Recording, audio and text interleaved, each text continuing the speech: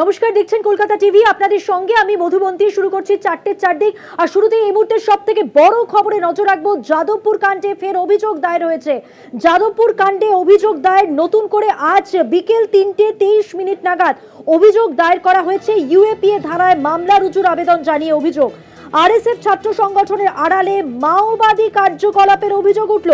জাতীয় পতাকার অবমাননা, শিক্ষামন্ত্রী ব্রাত্য বসুর ওপর প্রাণঘাতী হামলা, পরিকল্পিত ষড়যন্ত্র জানানো হলো অভিযোগপত্রে। আরো একবার জানিয়ে রাখবো, এই মুহূর্তের সব থেকে বড় খবর, যাদবপুর কাণ্ডে নতুন করে অভিযোগ দায়ের করা হলো। আজ বিকেল 3:23 নাগাদ অভিযোগ দায়ের। ইউএপিএ ধারায় মামলা রুজুর আবেদন জানিয়ে অভিযোগ করা হয়েছে। আরো বিস্তারিতভাবে জানবো, আমাদের সঙ্গে টেলিফোন লাইনে রয়েছেন আমাদের প্রতিনিধি রিয়া মাঝি। রিয়া, যে অভিযোগ দায়ের করা হয়েছে সেখানে কি বলা হয়েছে? দেখো, ইতিমধ্যেই শুভম দাস নামে একজন এবং তিনি নর্থ দমদমের বাসিন্দা, সেই শুভম সাহার তরফ থেকে একটি অভিযোগ দায়ের করা হয়েছে যাদবপুর থানায়। মেল করে সেই অভিযোগ দায়ের করা হয়েছে বলে তার দাবি। এবং তিনি যেমনটা জানিয়েছেন বা তিনি যেমনটা সেই মেলে উল্লেখ করেছেন, যে তিনি বলেছেন যে কনিষ্ক গোস্বামী এবং একই রায়, যিনি কিনা অমিত রায় তার ছেলে, তিনি যাদবপুর ইউনিভার্সিটিতে পড়েন এবং যেদিন থেকে এই যাদবপুর ইউনিভার্সিটি উত্তাল হয় মিনিস্টার ব্রাত্য বসুর গাড়িতে অ্যাটাক করা ঘিরে, সেই দিন থেকে ইন্দ্রানুজ রয়ের নাম উঠে আসে। এবং এই ইন্দ্রানুজ রায় যে কিনা মাওয়িস্ট মুভমেন্টের সঙ্গে যুক্ত রয়েছে বলে এমনটাই অভিযোগ। এই শুভম দাস, যিনি কিনা মেল করে এই যাদবপুর থানাতে এই পুরো বিষয়টা জানিয়েছেন এবং অভিযোগ দায়েরের আবেদন জানিয়েছেন তিনি। এবং তিনি বলেছেন যে এই ইন্দ্রানুজ রয় এবং কনিষ্ক গোস্বামী, এরা দুজনেই মাওয়িস্ট মুভমেন্টের সঙ্গে তাদের যোগসূত্র রয়েছে এবং এই যে মুভমেন্ট, যেগুলো ইলিগাল মুভমেন্ট এবং আনলফুল মুভমেন্ট, সেগুলোর সঙ্গে তাদের যোগসূত্র রয়েছে এবং তাদেরকে সেই একাধিক এরা নিষিদ্ধ যে পোর্টাল থেকে আরম্ভ করে নিষিদ্ধ যে সংগঠন, তার সঙ্গে এদের যোগসূত্র রয়েছে বলে এমনটাই দাবি করা হচ্ছে সেই মেলে। এবং অত্যন্ত গুরুত্বপূর্ণ, তারা এই যে মিনিস্টার ব্রাত্য বসুর গাড়ি যখন অ্যাটাক হয়, সেই অ্যাটাকের সময় যেটা দেখা গিয়েছে যে একদম বোনেটের ওপরে বসে একটি ছেলে, যে কিনা গভর্নমেন্ট অফ ওয়েস্ট বেঙ্গলের যে গাড়ি হয়, সেই গাড়ির ওপরে যে পতাকা থাকে, যে ইন্ডিয়ান ফ্ল্যাগের যে ফ্ল্যাগ থাকে, সেই ফ্ল্যাগকে ওখান থেকে ছেঁড়া হয়েছে, এখান থেকে উপরে ফেলে দেওয়া হয়েছে এবং এরা দুজন আনলফুল অ্যাক্টিভিটির সঙ্গে যুক্ত রয়েছে বলে এমনটাই এই মেলে উল্লেখ রয়েছে। এবং এই শুভম দাস, যিনি কিনা যাদবপুর থানাতে করেছে, এই জায়গায় আরেকটু স্পষ্ট করে জানতে চাইবো, কনিষ্ক গোস্বামী, ইন্দ্রানুজ রায়, যাদের বিরুদ্ধে এই মাও কার্যকলাপে যুক্ত থাকার অভিযোগ করা হয়েছে, কোন কোন বিষয়ের উপর ভিত্তি করে, কিসের প্রেক্ষিতে এই অভিযোগ দায়ের করা হয়েছে? দেখো, সেই মেলের একাধিক কিন্তু সেখানে আরএসএফ অর্থাৎ রিভলিউশনারি স্টুডেন্ট ফ্রন্ট, আরএসএফ, এরকম একাধিক সংগঠন তার সঙ্গে যুক্ত রয়েছে এবং একাধিক নাম কিন্তু দেওয়া হয়েছে। অর্থাৎ এই মেলের সঙ্গে অ্যাটাচ করে একাধিক যে নাম রয়েছে এই নিষিদ্ধ সংগঠনের, সেই নিষিদ্ধ সংগঠনের নাম দেওয়া হয়েছে এবং এই দুজন এই সংগঠনের সঙ্গে ওতপ্রোতভাবে জড়িত বলে এমনটাই দাবি করা হচ্ছে এই মেলে। এবং নকশাল বাড়ি থেকে আরম্ভ করে এই ধরনের যে সংগঠনগুলো, সেখানের সঙ্গে যুক্ত রয়েছে এই দুজন এবং ইন্দ্রানুজ রায়ের নামও কিন্তু সেখানে উল্লেখ রয়েছে। এবং এই দুজনের বিরুদ্ধে ইউএপিএ ধারায় মামলা করার জন্য দাবি করা হয়েছে। সেই মেল মারফত তারা এই অভিযোগ দায়ের করা হয়েছে শুভম দাস নামে, যে কিনা নর্থ দমদমের বাসিন্দা। এই মেল পাঠানো হয়েছে যাদবপুর থানাতে এবং সেখানে এই অভিযোগ তারা দায়ের করেছে এবং অভিযোগের ভিত্তিতে তারা দাবি করেছে বা আবেদন জানিয়েছে যাতে ইউএপিএ ধারায় একটা মামলা রুজু করা হয় এই দুজনের বিরুদ্ধে বলে এমনটাই জানা গিয়েছে। রিয়া, যাদবপুর ক্যাম্পাসে মাওবাদী কার্যকলাপের অভিযোগ উঠেছে, কিসের ভিত্তিতে এই কথা বলা হচ্ছে? এত বড় অভিযোগ কেন করা হচ্ছে? আরো একবার বিস্তারিতভাবে স্পষ্টভাবে জানতে চাইবো। দেখো, এত বড় অভিযোগ করা হচ্ছে কারণ হচ্ছে যেই ব্যক্তি অভিযোগটা করেছে তিনি কিন্তু সেটা দেখা যাচ্ছে যে একদম বিস্তারিতভাবে তিনি বলেছেন এবং একাধিক ফোন নাম্বার দেওয়া হচ্ছে, একাধিক নাম দেওয়া হয়েছে, দিয়ে সেই ব্যক্তি জানিয়েছে যে এবং কোন কোন কারণে সে এই অভিযোগগুলো এনেছে সেটা কিন্তু একাধিক অ্যাটাচমেন্ট তারা দিয়েছে। তোমাকে যেমনটা বললাম যে নিষিদ্ধ যে সংগঠনগুলো রয়েছে, নকশালবাড়ি থেকে আরম্ভ করে একাধিক যে সংগঠন, আরএসএফ থেকে আরম্ভ করে একাধিক যে সংগঠনের নাম উল্লেখ করা রয়েছে এবং সেই সংগঠনের সঙ্গে এই দুজন যে যুক্ত রয়েছে তার বেশ কিছু একদম নমুনা মাফিক বেশ কিছু অ্যাটাচমেন্ট এই মেলের সঙ্গে অ্যাটাচ করে পাঠানো হয়েছে এবং পাঠিয়ে তার যাদবপুর থানায় এই মেল মারফত অভিযোগ তারা জানিয়েছে এবং সেখানে আবেদন করা হয়েছে যে ইউএপিএ অ্যাক্টে তাদের বিরুদ্ধে যাতে অভিযোগ দায়ের করা হয়। এবং আরেকটি তোমার প্রশ্ন যেটা তুমি বলছো, যাদবপুর ইউনিভার্সিটিতে এরকম কোনো মুভমেন্ট চলছে কিনা, দেখো সেটা অবশ্যই তদন্ত সাপেক্ষ বিষয়। তবে এই দুজন যেভাবে প্রাপ্তবয়স্ক গাড়ি ঘিরে যেভাবে বিক্ষোভ, যে একটা সরকারি গাড়ি ঘিরে যে বিক্ষোভ এবং একের পর এক এই যাদবপুর ইউনিভার্সিটিকে ঘিরে বারবার দফায় দফায় উত্তপ্ত হয়ে উঠেছিল সেই যাদবপুর ইউনিভার্সিটি, যেখানে দেখা যাচ্ছে যে প্রাপ্তবয়স্ক গাড়ি যখন বেরোচ্ছে তাকে ঘিরে ধরে সেই গাড়ি ভাঙা থেকে আরম্ভ করে একটা সরকারি গাড়িতে যখন একটি ইন্ডিয়ান ফ্ল্যাগ লাগানো থাকে সেই ফ্ল্যাগ ফেলে দেওয়া থেকে আরম্ভ করে একাধিক কিন্তু আনলফুল কার্যকলাপ করা হয়েছিল এবং তার ভিত্তিতে কিন্তু অভিযোগ দায়ের হয়েছে এবং সেই অভিযোগের ভিত্তিতে পুলিশ তদন্ত করছে। এখন অব্দি গ্রেপ্তার করতে সক্ষম হয়েছে এবং তারই মধ্যে এই শুভম দাস, যার তরফ থেকে এই মেল গিয়েছে ইতিমধ্যে যাদবপুর থানাতে। শুভম দাস যেমনটা তিনি মেল করেছেন বলে এমনটাই মেল করেছে এবং সেই মেলেই তিনি উল্লেখ করেছেন যে ইন্দ্রানুজ রায় এবং কনিষ্ক গোস্বামী এই দুজন যারা কিনা যাদবপুরে একজন আর্টসের স্টুডেন্ট, দুজনেই আর্টসের স্টুডেন্ট এবং একজন আর্টস ইন ইংলিশ কোর্স এবং আর্টস ইন হিস্ট্রি কোর্স দুজনের স্টুডেন্ট এবং তারা দুজনেই আনলফুল অ্যাক্টিভিটির সঙ্গে যুক্ত রয়েছে। মোট কতজন রয়েছেন অভিযুক্ত, যারা তাদের কাদের নাম উল্লেখ করা হয়েছে এই দুজন ছাড়া, কি জানতে পারছো?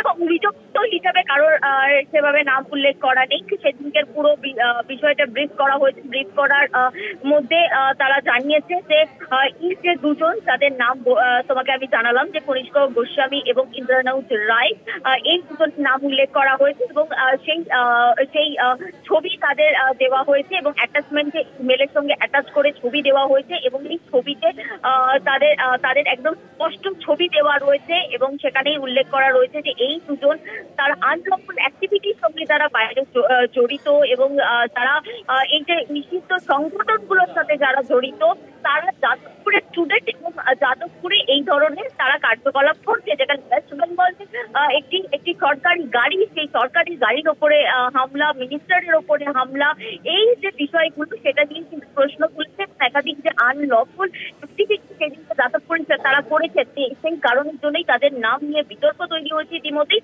এবং আজকে এই শুভম দাস যে কিনা নর্থ দমদমের শুভম দাস সম্পর্কে কি জানা যাচ্ছে?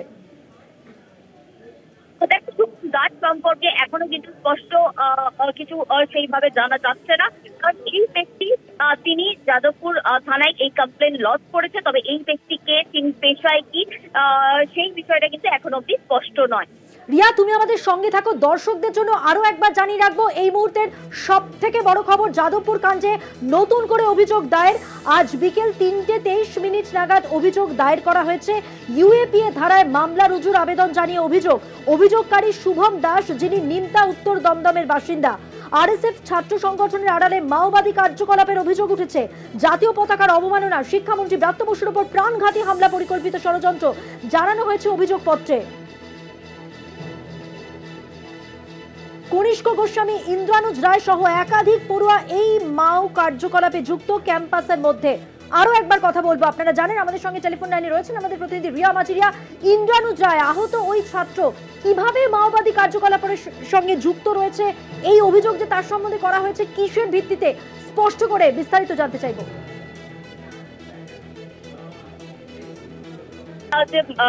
যে ঘটনা ঘটেছে যাদবপুরে এবং দেখলাম যে প্রথমে মিনিস্টারের গাড়ি ঘিরে উত্তপ্ত পরিস্থিতি, সেই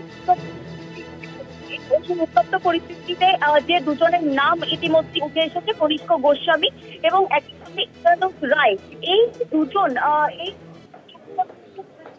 এই দুজন যুক্ত রয়েছে সেই দিনকে যে মিনিস্টারের গাড়ি যখন ভাঙচুর হচ্ছিল সেই সময় এবং সেই গাড়ি যখন ভাঙচুর হচ্ছিল এবং সেই সময় যেটা দেখা গিয়েছে যে বোনেদের ওপরে উঠে গিয়েছে এবং আরো একজন যে কিনা এই গাড়িকে আটকেছে এবং এই যে সরকারি গাড়ির ওপরে যে ফ্ল্যাগ, ইন্ডিয়ান ফ্ল্যাগ, সেটি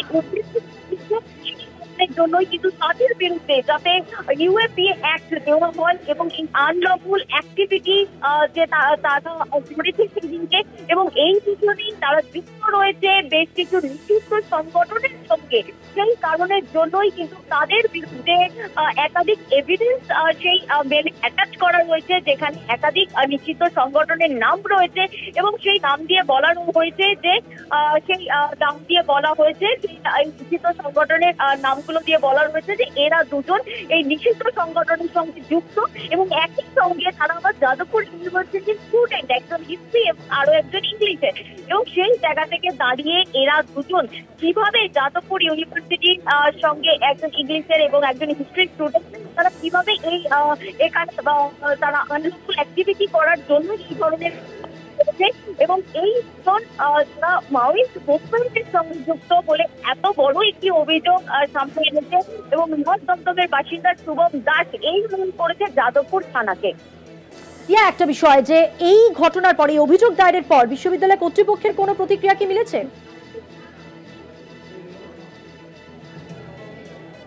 রিয়া, শোনা যাচ্ছে? মধুমতি যদি আরেকবার বল। বিশ্ববিদ্যালয় কর্তৃপক্ষের কিছু বক্তব্য জানা গেছে এখনো পর্যন্ত এই অভিযোগ দায়েরের পর? দেখো, অভিযোগটা এসেছে মেল মারফত এবং এই অভিযোগ যখনই পুলিশের নলেজে আসবে তারপরেই কিন্তু যেটা এসেছে সেটা পুরোটাই একটি অভিযোগ এবং সেই অভিযোগ এনেই কিন্তু সেই অভিযোগ কিন্তু বোঝা যাবে যে যখন পুলিশ এই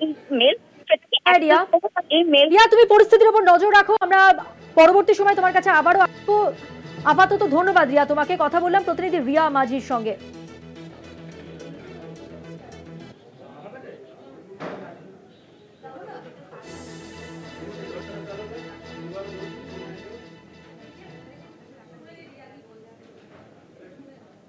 এখন সরাসরি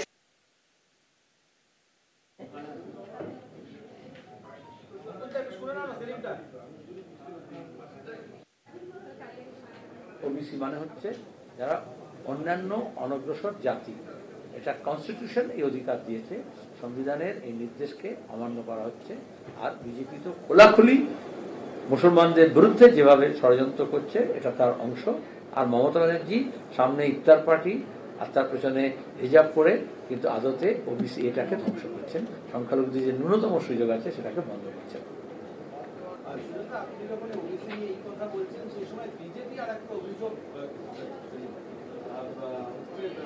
চলতা সু দিয়ে বলো বলে গন্ডগোল হয়ে যায়, স দিয়ে বলো। Any question? हाँ पूछो, हिंदी में पूछो। नहीं बोलो, हिंदी में सवाल पूछोगे तो मैं हिंदी में जवाब दूंगा, बोलो।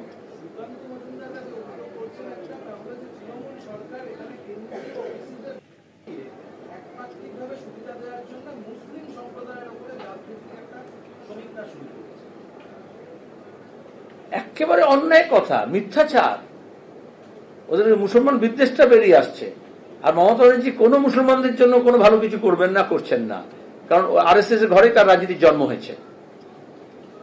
এতক্ষণ ধরে কি বললাম? তুমি সুকান্তর কথা বুঝলে, আমার কথা বুঝলে না? তাহলে ন্যাশনাল যে লিস্ট, সে তো ন্যাশনাল ওবিসি কমিশন করেছে, সেখান থেকে বাঙালি মুসলমানদের নামগুলো বাদ দেওয়া, এখানে মমতা কোত্থেকে আসে? ওবিসিতে আমি আগে বললাম যে ওবিসিতে লিস্ট করার জন্য তার জন্য ওবিসি কমিশন আছে।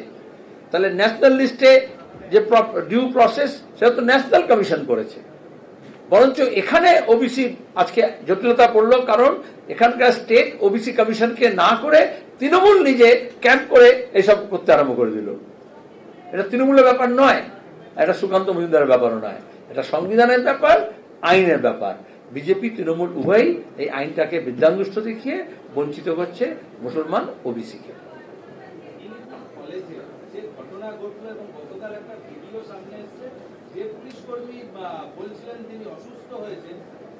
ছাত্রদের একটু পরে প্রেস কনফারেন্স করবে, তারা জবাব দেবে। আমি ওই ডাক্তার মতো চারিদিক থেকে গুন্ডা বদমাশ নিয়ে গিয়ে ক্যাম্পাসে এরকম কনফারেন্স করি না, ফেক প্রফেসরদের দিয়ে, আমরা সব লিস্ট করে ওরা দেখিয়ে দেবে যে কে কোনটা, কে কোথাকার টিএমসিপির নেতা, ঠিক আছে? ওটা কুপা না কৃপা সেটা দেখিয়ে দেবে। আমি বলছি যাদবপুর নিয়ে আলাদা প্রেস কনফারেন্স হবে। শিক্ষার ব্যাপার, ছাত্ররা ভালো বললে ভালো, শিক্ষকরা বললেই ভালো। বলবে তো একটু পরে একটা প্রেস কনফারেন্স আছে, সেখানে সৃজন ভট্টাচার্য এই সব প্রশ্নের উত্তর দেবে। আমি বললে সেটা ঠিক হবে কি? তাহলে তো ওই প্রেস কনফারেন্স তোমরা যাবেই না।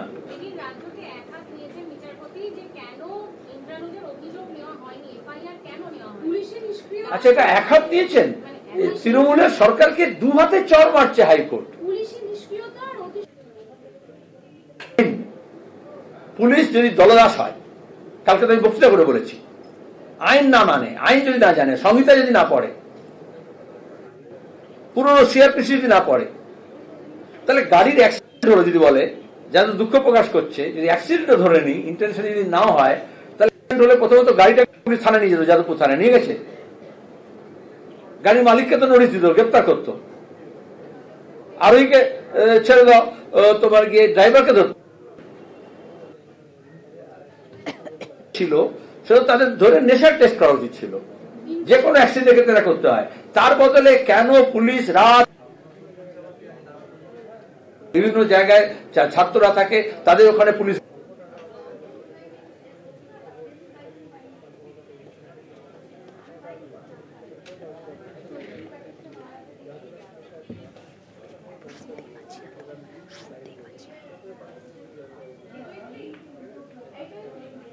ওবিসির জন্য যে 10% সংরক্ষণ থাকে সেটা বাদ দিয়ে চাকরির ক্ষেত্রে অন্য নিয়োগ করা যেতে পারত। National list, national OBC commission করেছে, সেখানে মমতা বন্দ্যোপাধ্যায় কোথা থেকে আসে প্রশ্ন করলেন মোহাম্মদ সেলিম।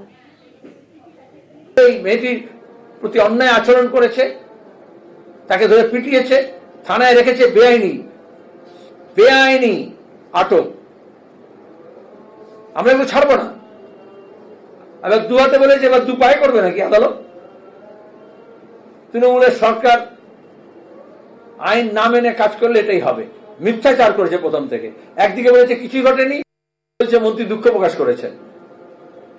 কেন এগুলো হচ্ছে? আমি বললে যে এগুলো আর বলবো না, যা বলবে। কিন্তু মেদিনীপুরে যা হয়েছে নৃশংস।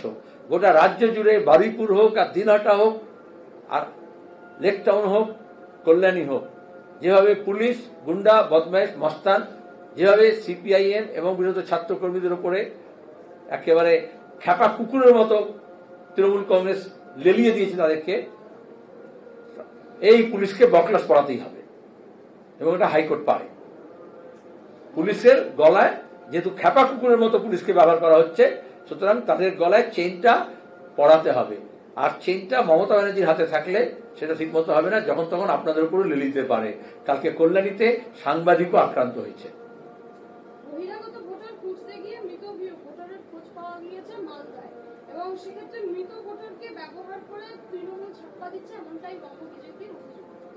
যখন বিজেপি করেছে তখন আপনার নজরে পড়েছে।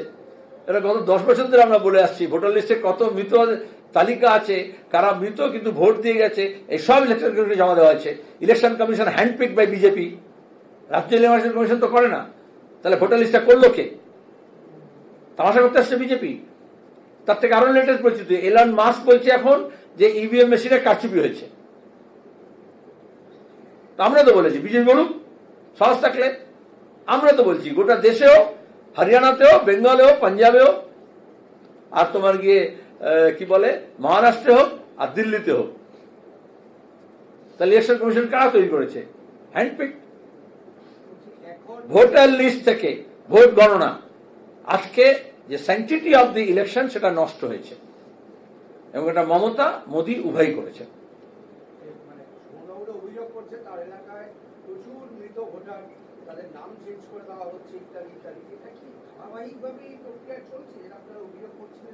অবশ্যই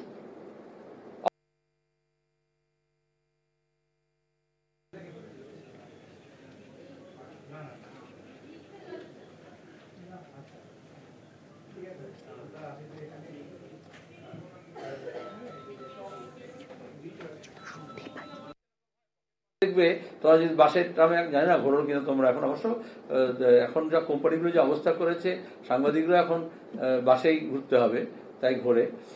তো সেখানে দাঁড়িয়ে কারণ কোনো বাঁচাওয়াত কমিটি নেই, কোনো ওয়েজ বোর্ড নেই,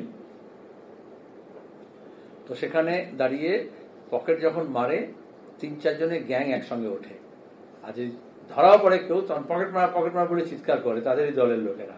তারপরে দাদা আপনি ছেড়ে দিন, আমি থানায় নিয়ে যাচ্ছি, কারণ আপনি নিয়ে গেলে আমার অনেক ঝামেলা হবে, হ্যাপা হবে, তার চেয়ে আমরাই নিয়ে যাবো বলে একটু পরে গিয়ে ভাগাভাগি করে নেয় বা ছেড়ে দেয়। তো বিজেপি এরকমই, তৃণমূল এরকমই ইলেকশন ভোটার লিস্ট নিয়ে এই জন্য ডাকছে যাতে যেমনটা আছে তেমনটাই রাজ্য এবং কেন্দ্র সুখেই থাকবে। ভোট নিয়ে কারচুপি হবে, গণনায় কারচুপি হবে, ইলেকশন কমিশন দলবাজি করবে, ইলেকশন কমিশন সরকারি দলের তল্পিবাহক হবে, আর তারপর ওরা পকেট মারা চিৎকার করবে, এর মধ্যে আপনার পকেট ফাঁক করে দেবে। নাম রয়েছে দুর্নীতি মামলায় এক বিখ্যাত অরুণ হাজরা বিজেপির নেতা, তার নাম রয়েছে। সিবিআই আজকে চার্জশিট জমা দিয়েছে এবং সেখানে বলেছে তাকে বলেছেন যে কোন দুর্নীতি সেটা বলো, তাহলে প্রাথমিক নিয়োগ করেছিল তৃণমূল, তার মধ্যে বিজেপির নেতা আসছে কোথেকে? তো প্রশ্ন শেষ করো। হ্যাঁ এটাই প্রাথমিক দুর্নীতি মামলায়, এটা 2022 সালে অরুণ হাজার নিজের হাতের লেখা চুক্তিপত্র রয়েছে, কাকুকে তিনি 75 কোটি টাকা দিয়েছেন। এ রাজ্যে যা কিছু অন্যায়, অবিচার, দুর্নীতি, মিথ্যাচার, দাঙ্গা হাঙ্গামা বিজেপি এবং তৃণমূলের জয়েন্ট ভেঞ্চার। এ ফর অরুণ হতে পারে, কিন্তু এটা এস ফর শুভেন্দুও বটে। কিন্তু সিবিআই কিছুতেই প্রথম সারির বিজেপি নেতাদের নাম আনছে না, আরম্ভ করে শিক্ষক নিয়োগের দুর্নীতিতে। আর এই জন্যই পার্থ জেলে ভেতরে আছে। আবার এই জন্য দফায় দফায় বিভিন্ন লোকজনকে রেশন দুর্নীতি হোক, আর এই শিক্ষা দুর্নীতি হোক, আর অন্যান্য কয়লা পাচার কাণ্ড হোক, কিভাবে বিজেপি তৃণমূলকে ছাড় দিচ্ছে আর তৃণমূল বিজেপিকে ছাড় দিচ্ছে, এটা বোঝা যাবে।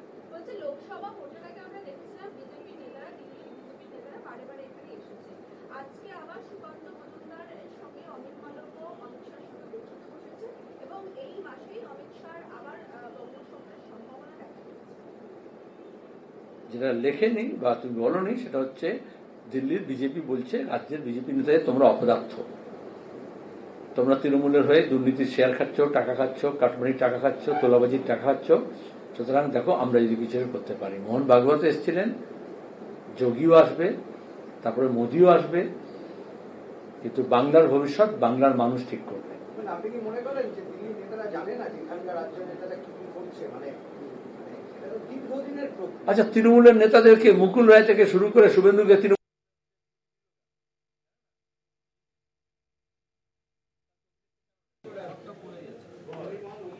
চোখ রাখবো পরের খবরে। আরো অসুস্থ যাদবপুর বিশ্ববিদ্যালয়ের উপাচার্য ভাস্কর গুপ্ত।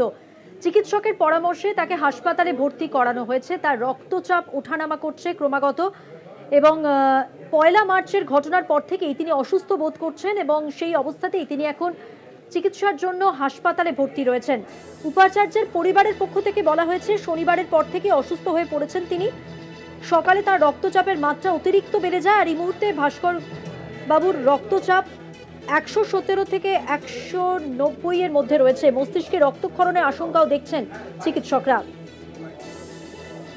ওষুধে কোনো কাজ না হওয়ায় শেষমেশ তাকে হাসপাতালে ভর্তি করানো হয়েছে।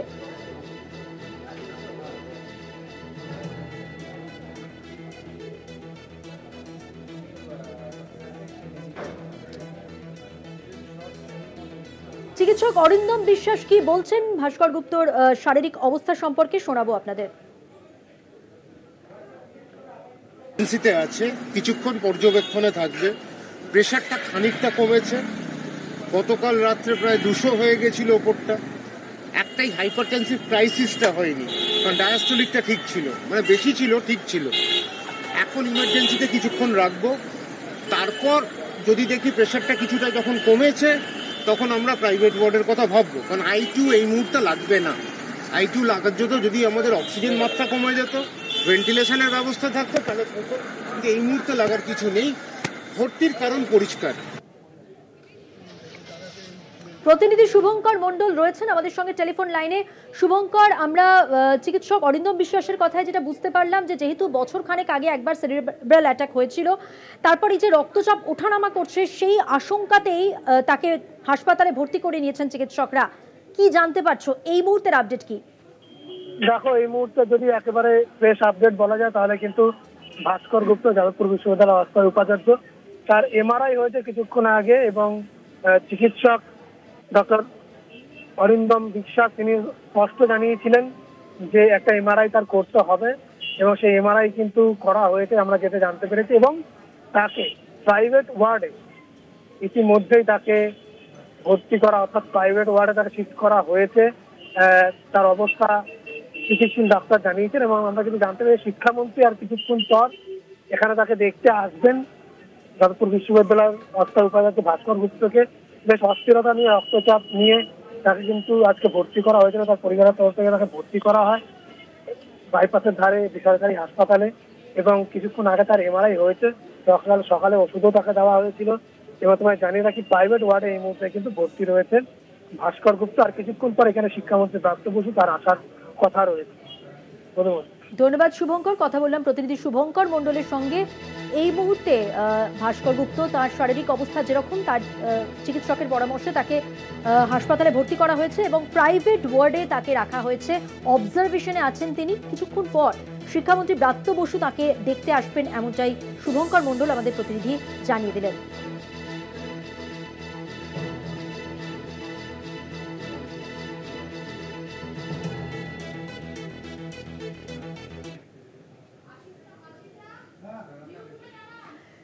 চারদিকে এখন সময় হয়ে গেছে একটা বিরতি নেওয়ার। বিরতির পর থাকছে আরো খবর, সঙ্গে থাকবেন। এই মুহূর্তে আরো একটি গুরুত্বপূর্ণ খবরে নজর রাখবো। গতকালই কলকাতা টিভি যে খবর করে, যে খবরের উপর আলোকপাত করা হয়, সেই খবর নিয়ে রাজনৈতিক চাপানোতর আজকে মোহাম্মদ সেলিম সেই খবরের উল্লেখ করেন এবং ওবিসি তালিকা থেকে 35টি জনগোষ্ঠীকে বাদ দেওয়ায় কেন্দ্রীয় সিদ্ধান্তের তীব্র নিন্দা করেন। তিনি বলেন, জাতিগত সংরক্ষণে কিভাবে ধর্মের উল্লেখ করা হয় এই প্রশ্নই তোলেন তিনি। ওবিসি সংরক্ষণ নিয়ে বিজেপির পর এবার প্রতিক্রিয়া সিপিএম এর। আজকে মোহাম্মদ সেলিম কি বললেন দেখাবো।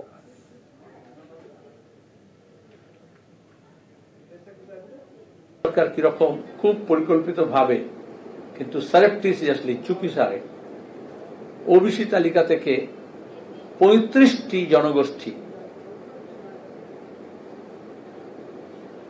মূলত তারা সবাই বাঙালি মুসলমান, সেই জনগোষ্ঠীগুলোকে জাতীয় যে তালিকা আছে ওবিসি সেখান থেকে সরিয়ে দিয়েছেন, বাদ দিয়েছেন। আপনারা জানেন, অনেকে এখন যেহেতু ওবিসি নিয়ে বেশি চর্চা হয় না বলে, এই ওবিসি বিষয়টা অনেক আন্দোলন, সংগ্রাম, লড়াই, দীর্ঘ প্রতীক্ষার পরে আসে। মন্ডল কমিশন নিয়ে আমাদের দেশে কি হয়েছে আপনারা জানেন। তারপরে ভিপি সিং এর আমলে 1990 সালের আগস্টে মন্ডল কমিশন লাগু হয়, আর তখনই রাম মন্দিরের নাম করে আদবানি হয়। তারপরে ইউপিএ 1 যখন গভর্নমেন্ট আসে তখন রঙ্গনাথ মিশ্র কমিশন হয়। রঙ্গনাথ মিশ্র কমিশন প্রাক্তন প্রধান বিচারপতি, প্রাক্তন ন্যাশনাল হিউম্যান রাইটস কমিশনের চেয়ারম্যান, তিনি বলেন যে সংখ্যালঘুদের জন্য সংরক্ষণ ওবিসি ভাবে কিভাবে করতে হবে, তার পেশা, তার জাতি দেখে, ধর্মের নামে নয়।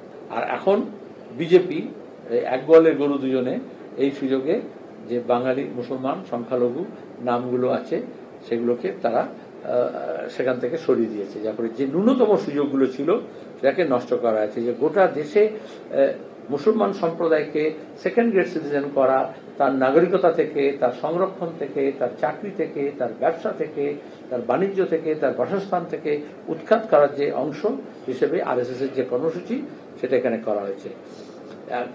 রঙ্গনাথ মিশ্র কমিশন এটা এই জন্যই করেছিলেন যে মূলত আমাদের পূর্ব ভারতে এবং মূলত পশ্চিমবঙ্গে একটা বড় অংশের মুসলমান সম্প্রদায়ের বাঙালি মুসলমান যারা তপশিলি জাতি থেকে কনভার্ট হয়েছিলেন কয়েক শতাব্দী আগে।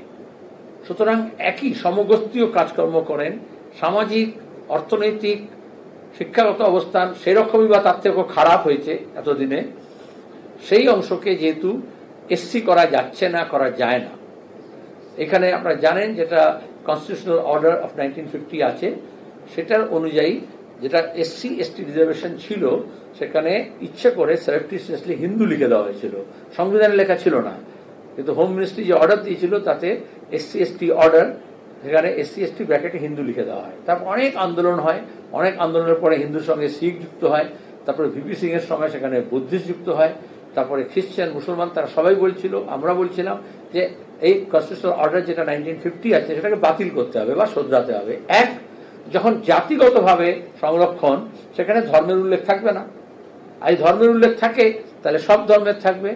তাহলে এখন সেখানে দেখা গেল মুসলমান বাদ দিয়ে বাকি ধর্ম উল্লেখ আছে, ঠিক NRCর মতো, যেরকম এই যে নতুন CA হলো সেখানে দাঁড়িয়ে মুসলমান বাদ দিয়ে বাকি ধর্মগুলোর নাম বলা হলো।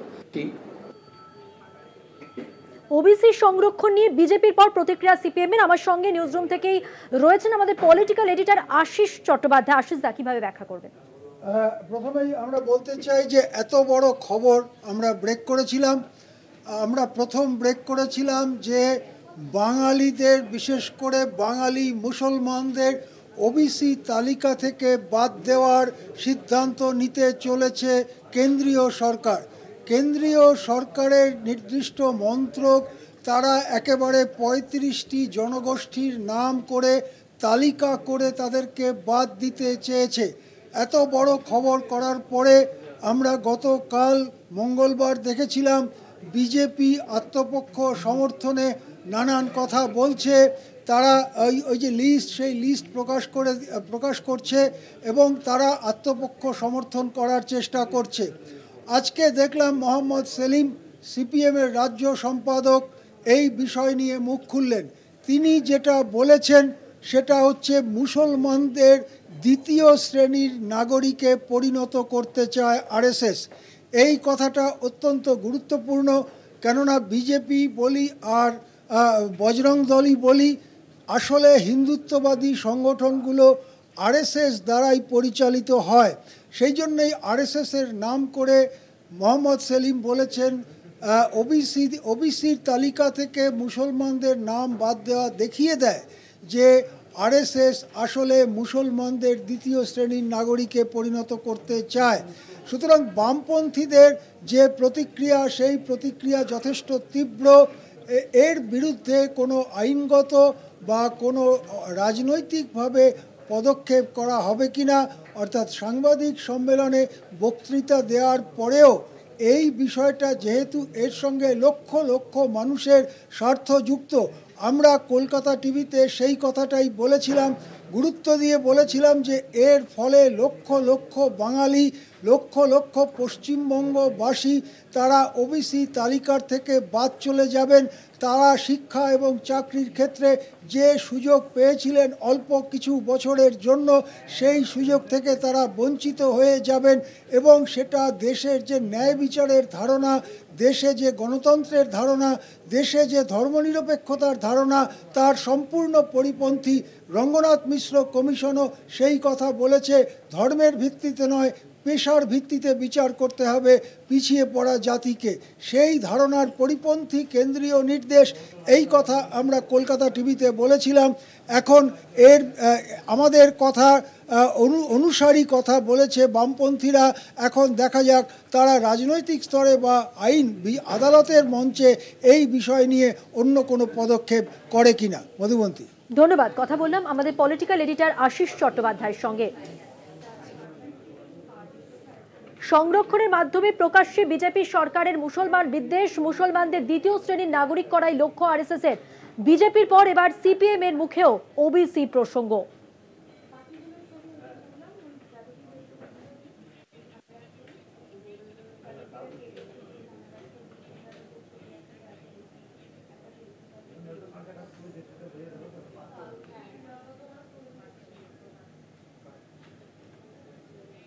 চোখ রাখবো পরের খবরে। 294 আসনে সমীক্ষা করতে বিজেপির কেন্দ্রীয় টিম। এখন রাজ্যে বেসরকারি সংস্থা দিয়ে সমীক্ষা চলছে, রয়েছে অন্য রাজ্যের কর্মীরাও। মেটিয়াবুরুজে সমীক্ষা করতে গেলে আটকায় পুলিশ, পরে ছেড়ে দেওয়া হয়। পুলিশের ভূমিকা নিয়ে কেন্দ্রীয় নেতৃত্বকে জানিয়েছে সমীক্ষক দল। 294 আসনে সমীক্ষা করতে বেসরকারি সংস্থা দিয়ে সমীক্ষা চলছে, রয়েছে অন্য রাজ্যের কর্মীরাও।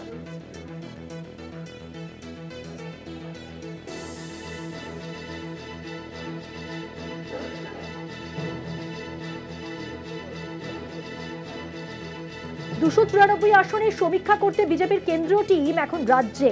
বেসরকারি সংস্থা দিয়ে সমীক্ষা চলছে, রয়েছে অন্য রাজ্যের কর্মীরাও। মেটিয়াবুরুজে সমীক্ষা করতে গেলে পুলিশ সেখানে আটকায়, পরে ছেড়ে দেওয়া হয়। আর এখানেই পুলিশের ভূমিকা নিয়ে কেন্দ্রীয় নেতৃত্বকে জানানো হয়েছে সমীক্ষক দলের পক্ষ থেকে। এখানে পুলিশের ভূমিকা নিয়ে প্রশ্ন তুলেছেন তারা। 294 আসনে সমীক্ষা করতে যায় বিজেপির কেন্দ্রীয় টিম।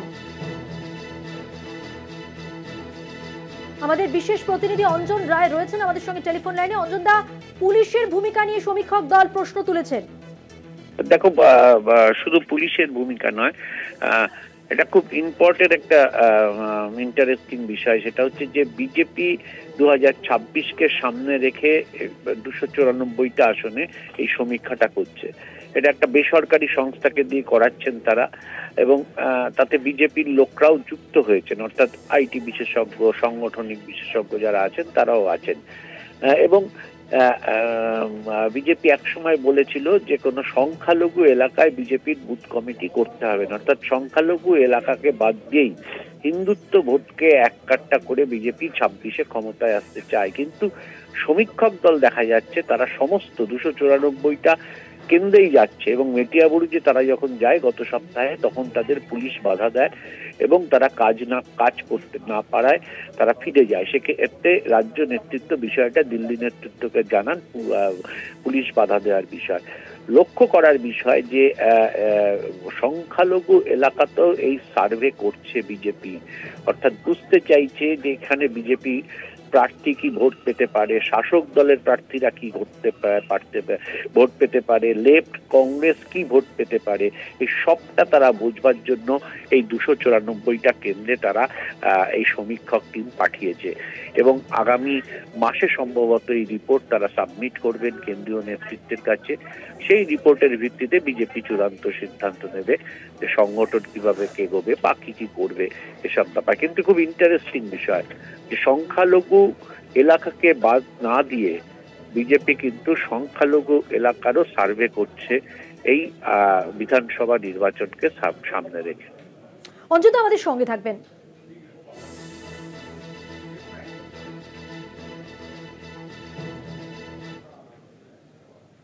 অমিত শাহর সঙ্গে দেখা করলেন সুকান্ত মজুমদার। আপনাদের জানিয়ে রাখি, অমিত শাহর সঙ্গে দেখা করলেন সুকান্ত মজুমদার। উপস্থিত ছিলেন রাজ্য পর্যবেক্ষক অমিত মালব্য। রাজ্য রাজনীতি ও দলের বিষয় নিয়ে আলোচনা হয় এই বৈঠকে। আর এই বৈঠক সম্পর্কেই জানবো, আমাদের সঙ্গে রয়েছেন টেলিফোন লাইনে আমাদের বিশেষ প্রতিনিধি অঞ্জন রায়। অঞ্জন দা, এই বৈঠকে কি তথ্য উঠে আসছে? দেখো, এই বৈঠকটির যে তথ্য উঠে আসছে সেটা হচ্ছে দুটো দিক আছে। একটা হচ্ছে যে এই রাজ্যের ভোটার তালিকা, সাংগঠনিক অবস্থা, রাজ্যের রাজনৈতিক এই বিষয় সবটা যেমনি আছে, তেমনি পাশাপাশি এটাও আছে যে বিজেপি তাদের কনসেনসাস সভাপতি এখনো ডিক্লেয়ার করতে পারছে না। ফলে কেউ বলছেন সুকান্ত মজুমদারকে 2026 অব্দি চালিয়ে নিয়ে যেতে হতে পারে, এরকম সিদ্ধান্ত নিতে পারে। আবার কেউ বলছেন না, নতুন সভাপতি সামনের মাসের মধ্যেই ঘোষণা করে দেবে বিচার। এই সমস্ত বিষয় নিয়েই অমিত শাহ কার্যত সুকান্ত মজুমদার এবং অমিত মালব্যর সঙ্গে কার্যত কথা বলেন। মানে শুধু সংগঠন নয়, পশ্চিমবঙ্গের রাজ্য রাজনীতির সাম্প্রতিক চেহারা, ভোটার তালিকা নিয়ে বিতর্ক থেকে শুরু করে সব বিষয় এই বক্তব্যের এই আলোচনার মধ্যে এসছে বলে আমরা বিজেপি সূত্রে জানতে পেরেছি। ধন্যবাদ। কথা বললাম আমাদের বিশেষ প্রতিনিধি অঞ্জন রায়ের সঙ্গে।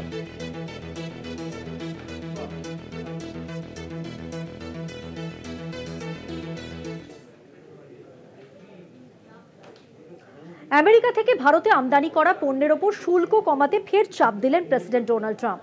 দ্বিতীয় দফায় ক্ষমতায় বসার পর বুধবার মার্কিন কংগ্রেসের যৌথ অধিবেশনে ভাষণ দিতে গিয়ে শুল্ক প্রসঙ্গে ভারতের নাম না করে বস্তুত হুমকি দিলেন ট্রাম্প। শুল্ক না কমালে আগামী 2রা এপ্রিল থেকে পাল্টা ভারত থেকে রপ্তানি করা পণ্যে বাড়তি শুল্ক বসানো হবে বলে কংগ্রেসে ঘোষণা করেন মার্কিন প্রেসিডেন্ট, যা বাস্তবায়িত হলে রপ্তানি বাণিজ্য শুধু নয়, ভারতের সামগ্রিক অর্থনীতিতে ধাক্কা লাগবে বলেই মনে করা হচ্ছে। প্রধানমন্ত্রী নরেন্দ্র মোদীর সাম্প্রতিক মার্কিন সফরের সময় তাঁকে প্রিয় বন্ধু বলে সম্বোধন করলেও তার শুল্ক নীতির প্রশ্নে ভারতকে চাপে ফেলে দিতে দ্বিধা করলেন না প্রেসিডেন্ট ট্রাম্প। বুধবার মার্কিন কংগ্রেসের যৌথ অধিবেশনের প্রথম ভাষণে স্পষ্ট করে দিলেন, পারস্পরিক শুল্ক চাপানোর নীতি থেকে বাদ পড়ছে না ভারত। পাল্টা শুল্ক চাপানোর কথা ঘোষণাও করে দিলেন প্রেসিডেন্ট। জানালেন, 2 এপ্রিল থেকে ভারতীয় পণ্যে আমেরিকায় পাঠাতে বাড়তি শুল্ক দিতে হবে। ভারত ছাড়াও চীন, দক্ষিণ কোরিয়া, কানাডা, মেক্সিকোর মতো দেশের ওপরেও পাল্টা শুল্ক চাপানোর কথা বলেছেন তিনি। অধিবেশনে ডোনাল্ড ট্রাম্পের দাবি, ভারত আমাদের উপর 100% শুল্ক আরোপ করে, এই ব্যবস্থা মোটেই ন্যায্য নয়, তাই আমরা আগামী 2 এপ্রিল থেকে পারস্পরিক শুল্ক আরোপ করব। তার মতে, যে দেশ মার্কিন পণ্যের ওপর যত বেশি শুল্ক চাপাবে, আমেরিকাও সেই সব দেশের পণ্যের ওপর তত পরিমাণ আমদানি শুল্ক চাপাবে। এই ঘোষণার পাশাপাশি ট্রাম্পের গলায় হুমকির সুরও শোনা গিয়েছে। তিনি বলেন, কেউ যদি শুল্কের বদলে অন্য কোনো বাধা তৈরি করে, তবে আমরাও তাদের জন্য সেই কাজই করব। ভারতের প্রধানমন্ত্রীর মার্কিন সফরের আগেই শুল্ক নিয়ে হুঁশিয়ারি দিয়ে রেখেছিলেন ট্রাম্প। সেদিকে লক্ষ্য রেখেই মোদি সফরের আগেই 20টি পণ্যের ওপর শুল্ক হ্রাস করেছিলেন। তারপর থেকে দফায় দফায় 30টিরও বেশি মার্কিনী পণ্যে শুল্ক কমিয়েছিল ভারত। আমেরিকার জন্য ভারতের বাজার আরও খুলে দেওয়ার বিষয়ে নীতিগতভাবে সম্মত হয়েছে মোদি সরকার। ভারতের বাণিজ্য মন্ত্রী পীযূষ গোয়েলকে রবিবার রাতে আমেরিকায় পাঠান মোদি। সূত্রের দাবি, ট্রাম্পের শুল্ক নীতি নিয়ে কথা বলতেই প্রধানমন্ত্রীর দূত হিসেবে পীযূষের মার্কিন সফর। কিন্তু তার মধ্যেই কংগ্রেসের যৌথ অধিবেশনে ভারতের পণ্যের ওপর বাড়তি শুল্ক চাপানোর দিনক্ষণ পর্যন্ত ঘোষণা করলেন ট্রাম্প। এর ফলে মার্কিন যুক্তরাষ্ট্রে ভারতের রপ্তানি বাণিজ্য ব্যাপক হারে ধাক্কা খাবে। মোদি দ্বিতীয় দফায় ক্ষমতায় এসে বিদেশি পণ্য নির্ভরতা কমিয়ে আত্মনির্ভর ভারতের যে স্লোগান দিয়েছিলেন, তা বস্তুত গুরুত্বহীন হয়ে পড়বে। ভারতের উৎপাদন শিল্পে ধাক্কা লাগার সমূহ আশঙ্কা, যার পরোক্ষ প্রভাবে দেশের কর্মসংকোচনের হার অনিবার্যভাবে বৃদ্ধি পাবে বলেই মনে করা হচ্ছে। কলকাতা টিভি।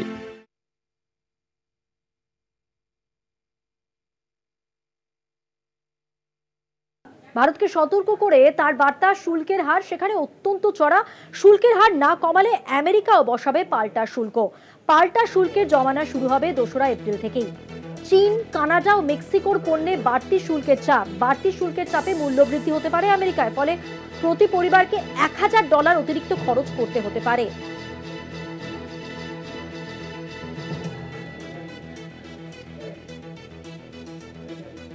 ডোনাল্ড ট্রাম্প কি বলেছেন শোনাবো। Countries have used tariffs against us for decades, and now it's our turn to start using them against those other countries.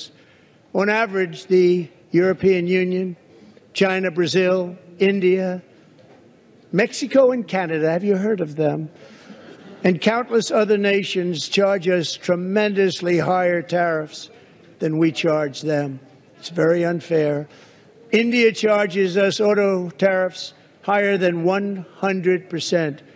China's average tariff on our products is twice what we charge them. And South Korea's average tariff is 4 times higher. Think of that, 4 times higher. And we give so much help militarily and in so many other ways to South Korea. But that's what happens. This is happening by friend and foe.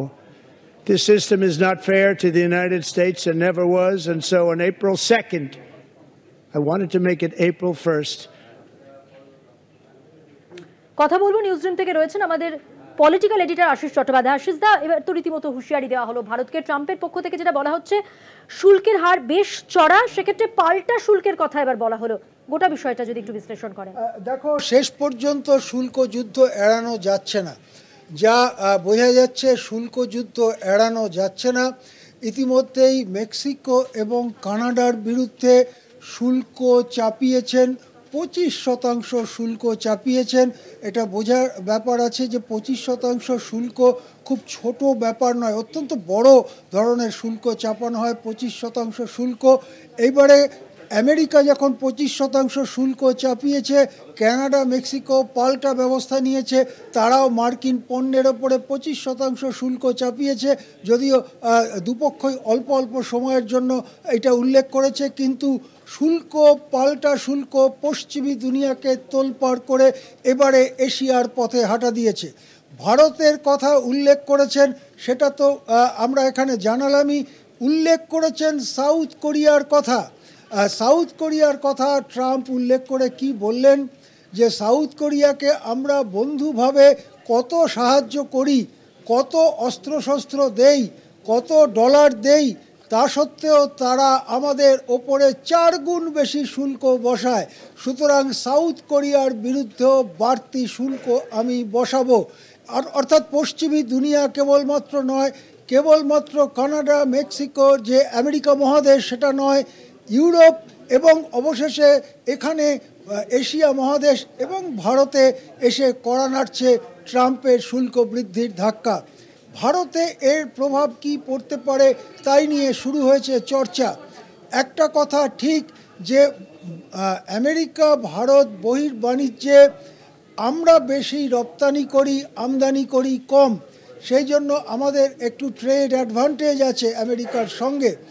কিন্তু যদি America ভারতীয় পণ্যের শুল্ক বাড়িয়ে দেয় তাহলে আমাদের রপ্তানি বাণিজ্য মার খেতে পারে।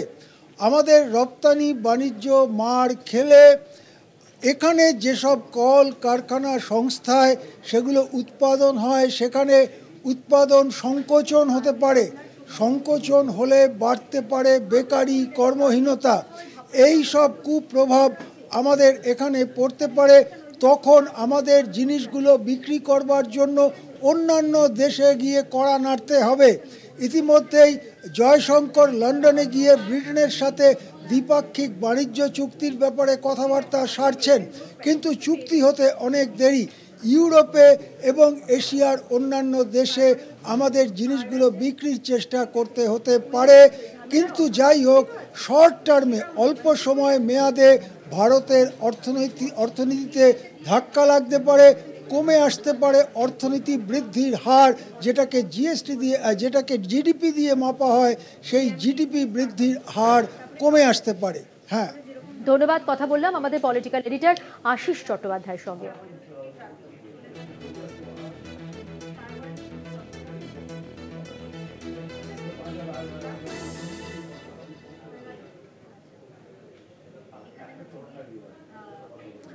অন্যদিকে আমেরিকার চাপের মুখে ভাঙছেন জেলেনস্কি, ইঙ্গিত মিলেছে তেমনই।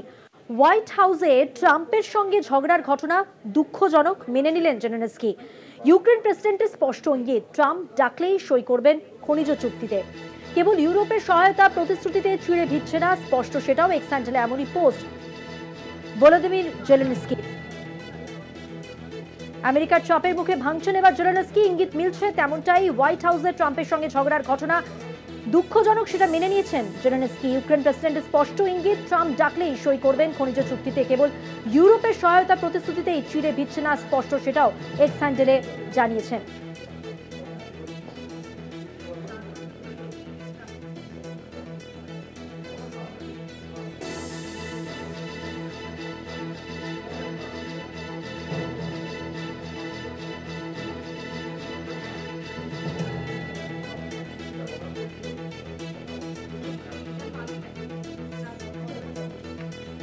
আমেরিকার চাপের মুখে ভাঙছেন জেলেনস্কি, কেবল ইউরোপের সহায়তায় প্রতিশ্রুতিতে চিড়ে ভিজছে না। হোয়াইট হাউসে ট্রাম্পের সঙ্গে ঝগড়ার ঘটনা দুঃখজনক, মেনে নিয়েছেন তিনি। ইউক্রেন প্রেসিডেন্ট স্পষ্ট ইঙ্গিত দিয়েছেন, ট্রাম্প ডাকলে সই করবেন খনিজ চুক্তিতে।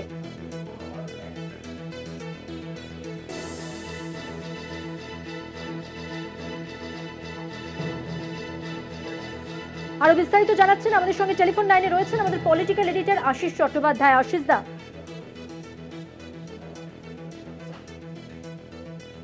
মার্কিন সহায়তা ছাড়া কোনো গতি নেই, সেই কথাটি 72 ঘন্টা পার হয়ে যাওয়ার পর জেলেনস্কি বুঝতে পেরেছেন কার বুদ্ধিতে কেন সেখানে গিয়ে ট্রাম্পের সঙ্গে ঝগড়া করেছেন। হোয়াইট হাউসে গিয়ে সেটা তিনিই বলতে পারবেন, কিন্তু ক্রমাগতই গত 72 ঘন্টা ধরে তার সুর নরম হতে হতে এখন ক্ষমা প্রার্থনার জায়গায় প্রায় পৌঁছে গেছে। দুঃখ প্রকাশ করেছেন। এর আগে গতকাল তিনি বলেছিলেন যে তার শ্রদ্ধা আছে মার্কিন জনগণ এবং মার্কিন প্রেসিডেন্টের প্রতি। আজকে তিনি দুঃখ প্রকাশ করেছেন এবং তিনি বলেছেন তাকে ডাকলেই তিনি গিয়ে খনিজ বাণিজ্য চুক্তিতে সই করবেন।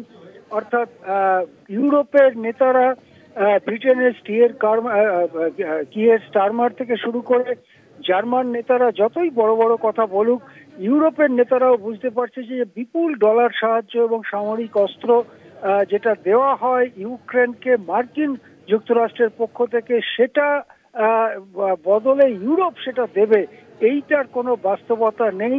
এবং যদি মার্কিন সরবরাহ বন্ধ হয়ে যায় তাহলে বেশি দিন ইউক্রেনকে টিকিয়ে রাখা যাবে না। কয়েক সপ্তাহের ঘটনা মধ্যেই হয়তো কিভ, ইউক্রেন রাজধানী কিভে রাশিয়ার বাহিনী প্রবেশ করতে পারে। এই জিনিসটা যখন চলছিল তখনই আবার ট্রাম্প সরাসরি নির্দেশ দিয়ে ইউক্রেনে অস্ত্র পাঠানো বন্ধ করে দিয়েছেন এবং তাতেই হৃদকম্প উপস্থিত হয়েছে ওখানে রাশিয়ার সঙ্গে যুদ্ধরত ইউক্রেন এবং ইউক্রেনকে সাহায্যকারী ইউরোপীয় দেশগুলোর।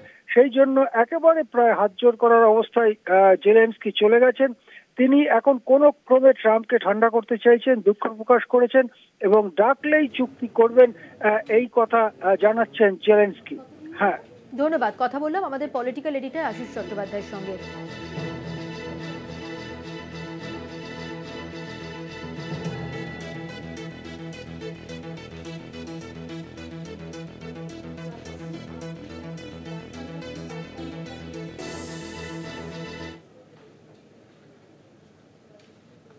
এবার ট্রাম্পকে নিয়ে আরো একটি প্রশ্ন উঠল, পাকিস্তান কি এবার ট্রাম্পের গুড বুকে এসে গেল?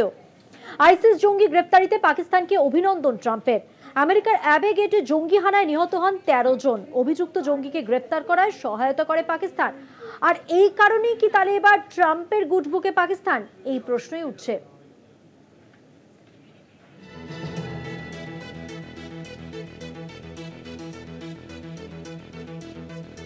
এ প্রসঙ্গে ট্রাম্পের বক্তব্য শোনাবো। Strong against the forces of radical Islamic terrorism. 3.5 years ago, ISIS terrorists killed 13 American service members and countless others in the Abbey Gate bombing during the disastrous and incompetent withdrawal from Afghanistan. Not that they were withdrawing, it was the way they withdrew. Perhaps the most embarrassing moment in the history of our country. Tonight I am pleased to announce that we have just apprehended the top terrorist responsible for that atrocity, and he is right now on his way here to face the swift sword of American justice.